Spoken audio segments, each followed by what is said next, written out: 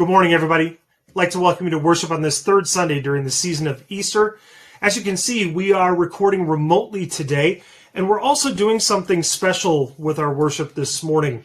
We are joining with other LCMS congregations, other Lutheran Church Missouri Synod brothers and sisters around the country today to mark the 500th anniversary of Martin Luther's bold confession of faith in front of the Diet of Worms. It was April 18th, 1521, that Luther stood in front of Emperor Charles V under charges of heresy, and as we know, he made this bold statement of faith, his reliance upon God's inerrant, infallible word and the work alone of Jesus Christ, and stood and offered an iconic answer to those charges of heresy. So we mark this historic moment in our church's history today through a variety of things that we're going to do this morning. Also, just a note that our sermon today is adapted from some material that has come from the Lutheran Church Missouri Synod. So looking forward to sharing that with you later on. Also, because we are worshiping remotely today, please know that we don't have our typical slides available. So if you'd like to follow along with the worship service, please refer to the bulletin that was sent along with your 2 or 3 worship media.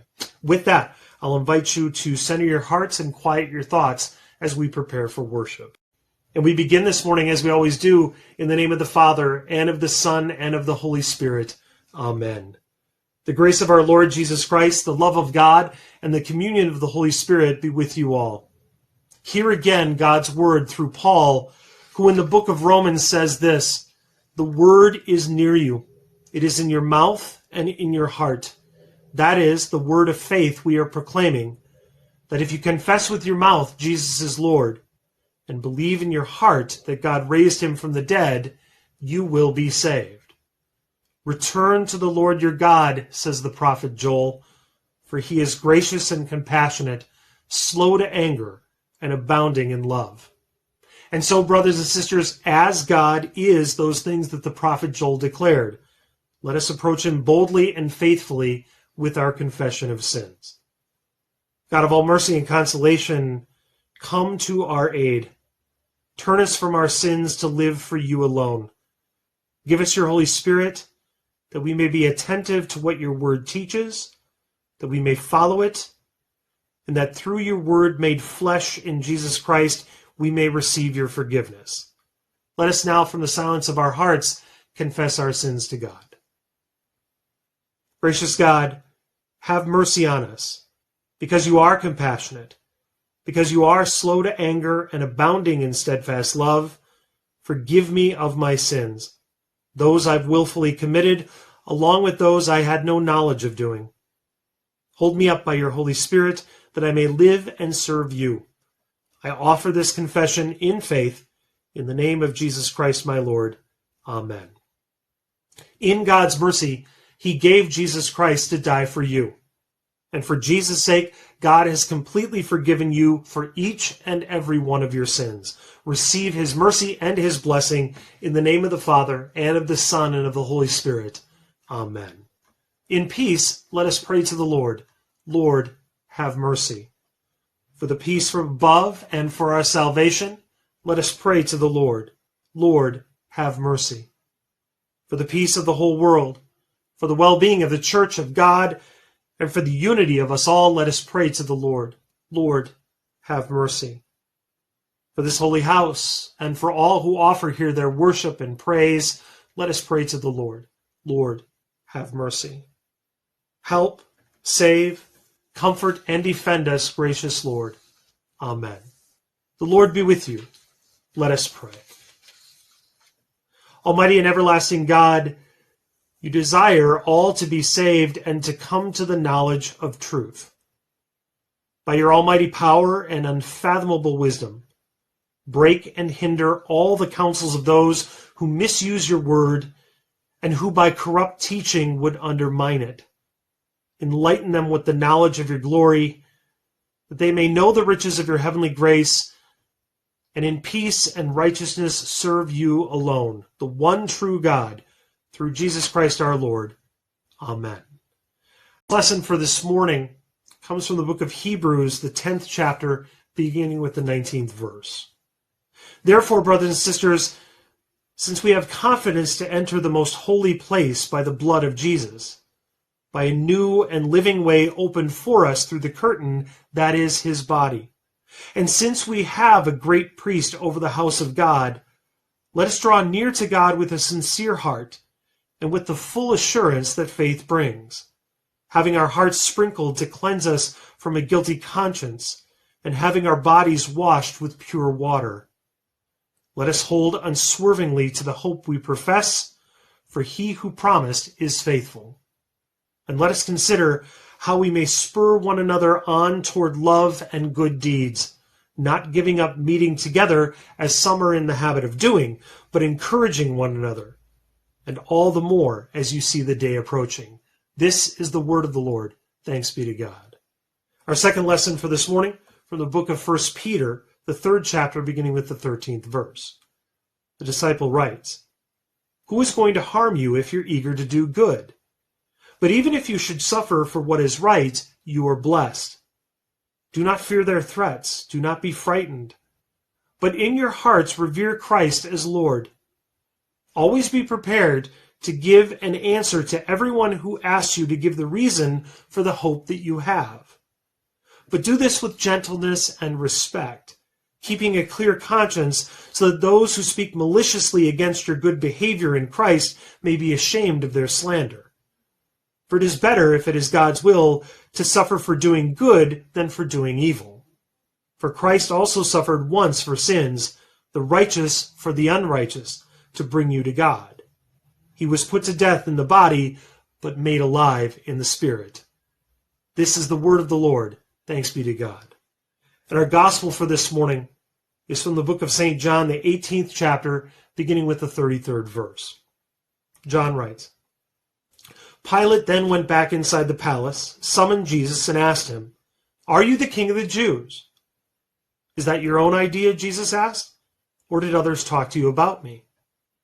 'Am I a Jew?' Pilate replied. 'Your own people and chief priests handed you over to me. What is it you've done?'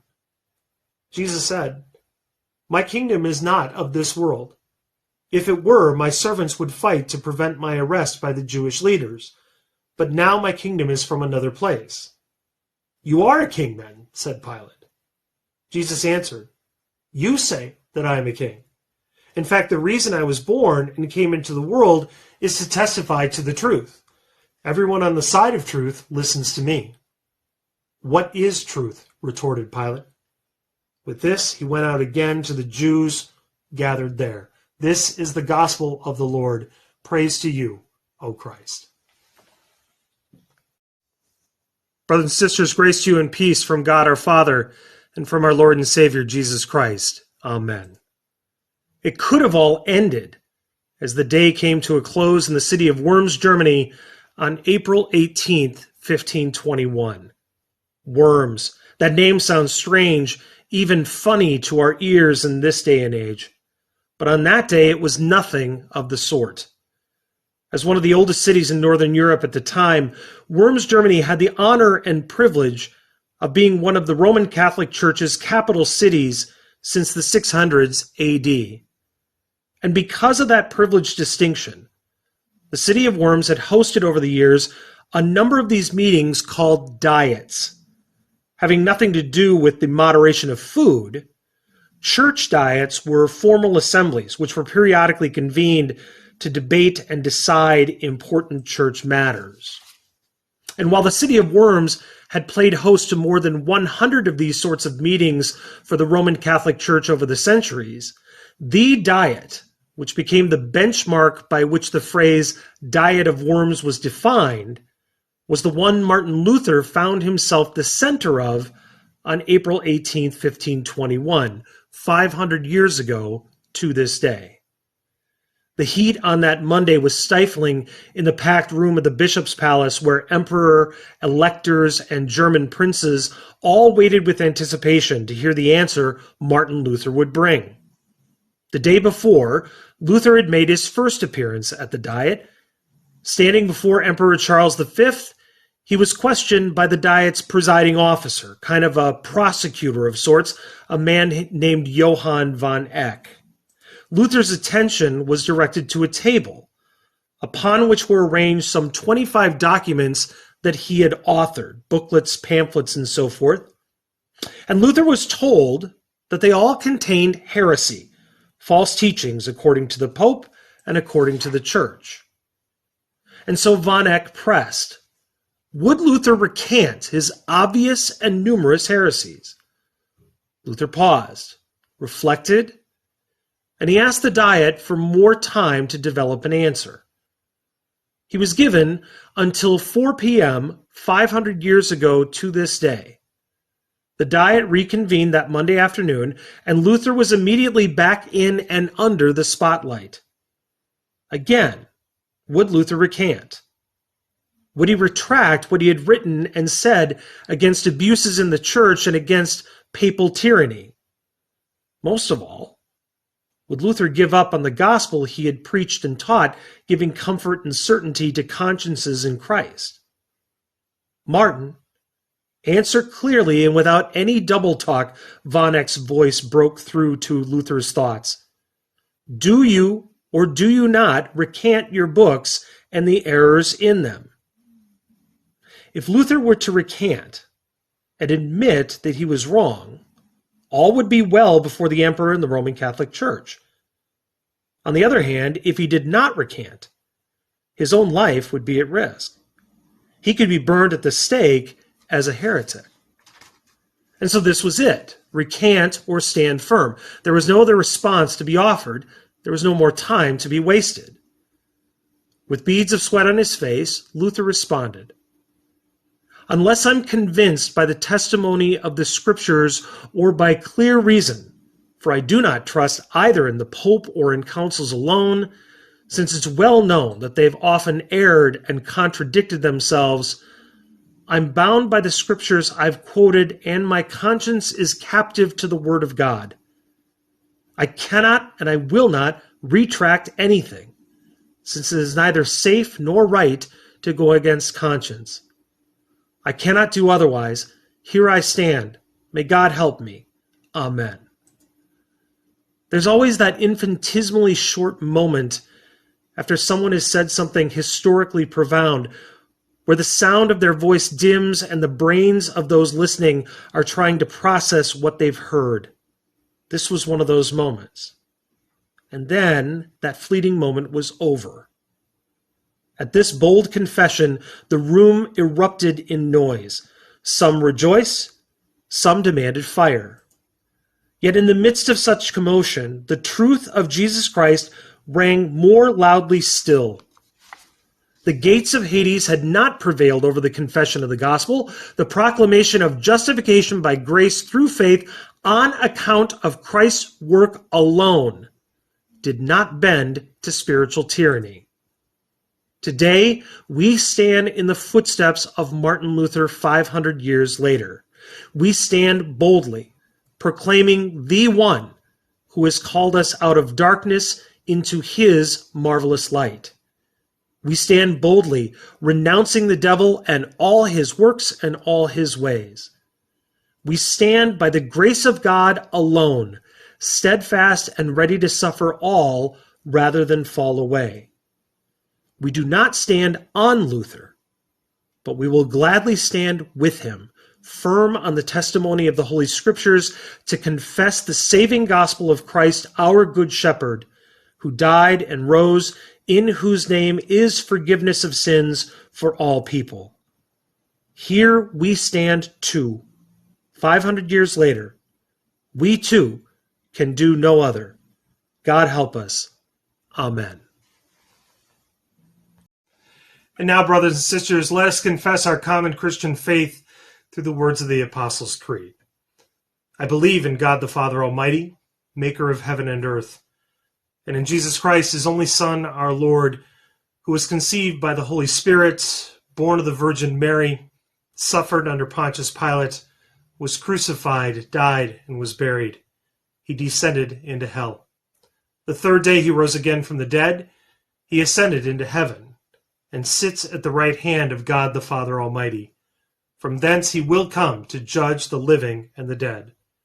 I believe in the Holy Spirit, the Holy Christian Church, the communion of saints, the forgiveness of sins, the resurrection of the body, and the life everlasting. Amen. And now, friends, as we mark this historic anniversary in the life of our faith and in the church, let us now pray for the whole people of God in Christ Jesus and for all people according to their needs. Almighty God, by the work of your Son and by the power of your Holy Spirit, you've always gifted us with your mercy, your grace, and promise, chiefly through the death and resurrection of your Son, through whom alone we are made right with you, our sins are truly forgiven, and we have the promise awaiting us of eternal life. And yet throughout the years, there have been times when those truths have not been taken as givens, times when those truths have been challenged, times when those truths required having someone stand up for them. And so on this 500th anniversary of Martin Luther's bold and faithful answer at the Diet of Worms, we give you our profound and everlasting thanks for Luther's steadfast witness, a witness that continues to inspire our faith to this day. And with Luther, we offer our thanks for those who since him have continued to stand for the truth, who is Jesus Christ and your holy word, in the face of persecution and peril. We are reminded of and moved by people like Dietrich Bonhoeffer some 80 years ago, along with people today like Pastor Yusuf Nardakani, who continues to languish in an Iranian prison as we speak. We pray for people like Deacon Zhang Wenxi, who languishes in a North Korean prison today as well.